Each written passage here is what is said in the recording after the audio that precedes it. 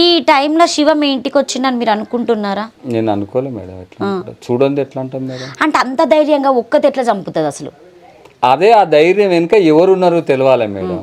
ఆమె ధైర్యం వెనుక ఎవరున్నారో తెలవాలి. ఇప్పుడు ఆ శివకి పెళ్లి కాలేదు, ఈమెకు పెళ్లి చేసుకుంటాను మాట ఇచ్చిండేమో ఆస్తి పరంగా. మాట ఇచ్చిండు. ఆ మాట ఇచ్చిన దరిద్రమైనా కూడా సరే నాకు వద్దు నేను పోతా అని ఆ ఆస్తి పాస్తిలో పిల్లల పేరు మీద రాసి వానెంబటి ఉరకొచ్చు కదా మరి. అంత ఆమె చదువుకున్నది అంటుంది, అంత జ్ఞానం ఉన్నది, పిల్లలకు చదివి చెప్పేట ఆమె 10 మంది నిలబడ్డ మంచి పేరు తెచ్చుకున్న ఆమె మీ దగ్గర మంచిగానే ఉంది. ఇప్పుడు ఇది మొత్తానికి కారణం శివానే చెప్పొచ్చు. అంతే మరి. ప్రియుడు మోజులో పడి ప్రియురాలు పోయింది. చంపేస్తారా? ప్రియుడు మోజులు ఉంటే మొగన్ని పిల్లలను చంపేసి అక్కెవరు ఇచ్చారు వాళ్ళకు? కానీ ఆ ముగ్గురు పిల్లల్ని నిజంగా వాళ్ళు ఎంత విలవిల కొట్టుకున్నారో అసలు చూడలేదు. ఆ సిచ్యువేషన్ అంటే మనం గుర్తు తెచ్చుకుంటే భయం పుడుతుంది, ఊహించుకుంటేనే భయం పుడుతుంది.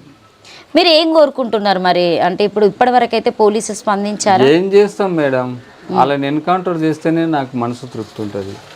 ఇంకోటి తప్పు చేయడు, ఇంకో కుటుంబం బలి కాదు. వీళ్ళ వల్ల ఇంకో కుటుంబం కూడా బలి కాదు. నా పిల్లలను చంపేసారు, నాకు కూడా తృప్తి ఉంటుంది. వాళ్ళని ఎన్కౌంటర్ చేయాలి. ఆ శివగాని ముందు ఎన్కౌంటర్ చేయాలి. దీన్ని జైలు శిక్ష చేసి ఊరి శిక్ష చేస్తారా? అమ్మాయి ఆడపిల్ల అని తల్లి అంటే తల్లి అని అందరికి ఉండొచ్చు. నేను ఆ అమ్మ కడుపులో నుంచే పుట్టినోనే, కానీ ఆడపిల్ల అంటే అందరికి కాళ్ళు పుడుతుంది. కానీ ఇట్లోటి తల్లి ఉండొద్దు మేడం, మీరే డిసైడ్ చేయాలి. వాళ్ళ తల్లిదండ్రులు ఏమంటున్నారు? రజిత వాళ్ళ అమ్మ వాళ్ళ అక్క వాళ్ళందరూ నాకే తెలుస్తుంది. అంటే నార్మల్గా వచ్చిందా ఇప్పుడు 5 రోజులకి 11 రోజులకు 3 రోజులు 5 రోజుల వరకు ఉన్నారు మేడం. వాళ్ళు ఏమన్నారు మీతోని?